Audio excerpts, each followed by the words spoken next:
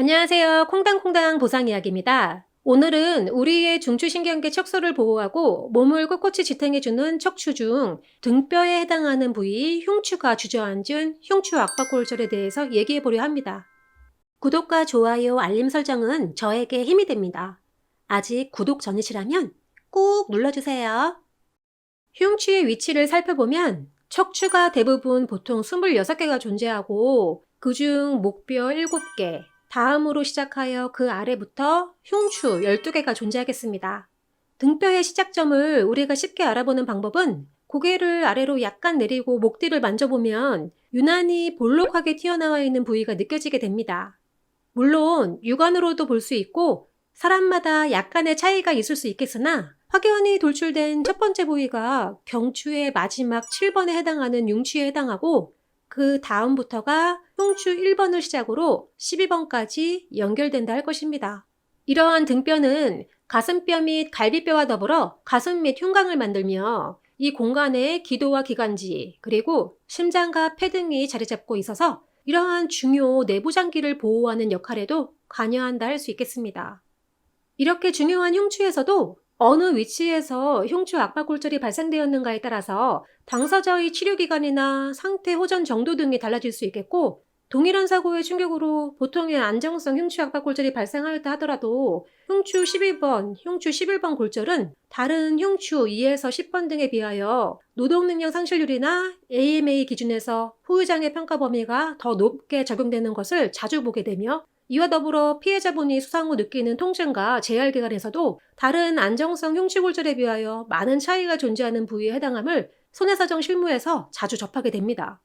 흉추압박골절 후유장애가 흉추 11번이나 흉추 12번에서 유발된 경우 다른 흉추와 차이점이 발생하는 이유에 대해서 얘기해보자면 사람의 체간에 존재하는 26개 척추와 그 사이 추간판 등이 모여 하나의 기둥을 이루는 척추는 S자 모양의 형태를 이루고 이러한 생리학적 구조는 지구의 중력에 항거하여 두 다리로만 걷거나 뛰거나 하는 인간의 직립보행 등의 이동 시 스프링의 역할과 같은 기능으로 위아래에서 전달되는 하중을 분산하고 신체에 전달되는 충격 등을 완화하여 사람의 신체에 악영향을 미치는 스트레스를 방지한다 하겠습니다. 그렇다면 흉추의 11번과 12번은 여기서 어떠한 위치에 있는가를 생각해 본다면 해당 등뼈는 S자 모양에서 등의 후면으로 부드러운 곡선을 그리며 구부러져 내려오다 요추 1번과 만나는 부분에서 다시 전면으로 라인을 그리며 구부러지는 뼈로서 해당 부분은 척추의 척추 중 체간의 하중 및 스트레스가 집중되는 부분에 해당하기 때문에 그 특이점이 존재하고 이 부위를 배요부라 부르기도 합니다. 흉추 압박골절, 특히 흉추 12번 골절 후유장애 합의금 보상이나 보험금 청구 시 꼭 알아야 할 쟁점 사항은 무엇이 있을까요?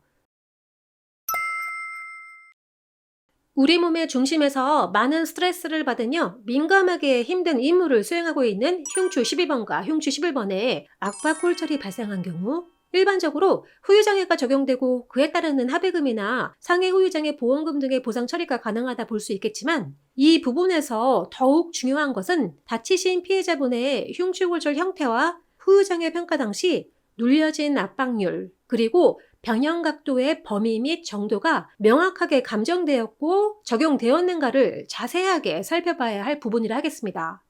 그러한 이유는 특히 개인보험의 재해장애 보험금 등의 AMA 기준으로 살펴볼 때 전만 변형이나 후만 변형 그리고 측만 변형이 발생한 흉추 11번 압박골절 또는 흉추 12번 압박골절 등의 등뼈골절 후유장애는 본래의 모양에서 변형된 흉추 각도로 장애 지급률의 범위가 15%, 30%, 50%로 구분되겠고 결국 단 1도의 차이가 보험 증권에 명시되고 가입된 상해 후유장애 담보 등에 비례하여 지급되는 보험금의 범위를 2배에서 많게는 3배 이상의 차이까지 발생시킬 수 있기 때문입니다.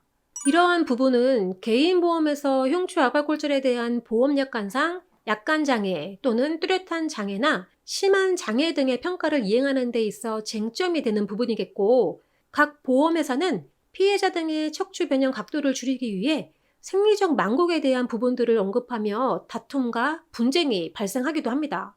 척추의 생리적 망곡이란 사람이 기존에 지니고 있는 척추 고유의 S자 형태에서 해당 골절 부위의 기존 망곡을 공제 후 사고로 수상하여 변형된 부분만을 인정하겠다는 것으로 모든 보험에 적용되는 것이 아니라 할 것입니다.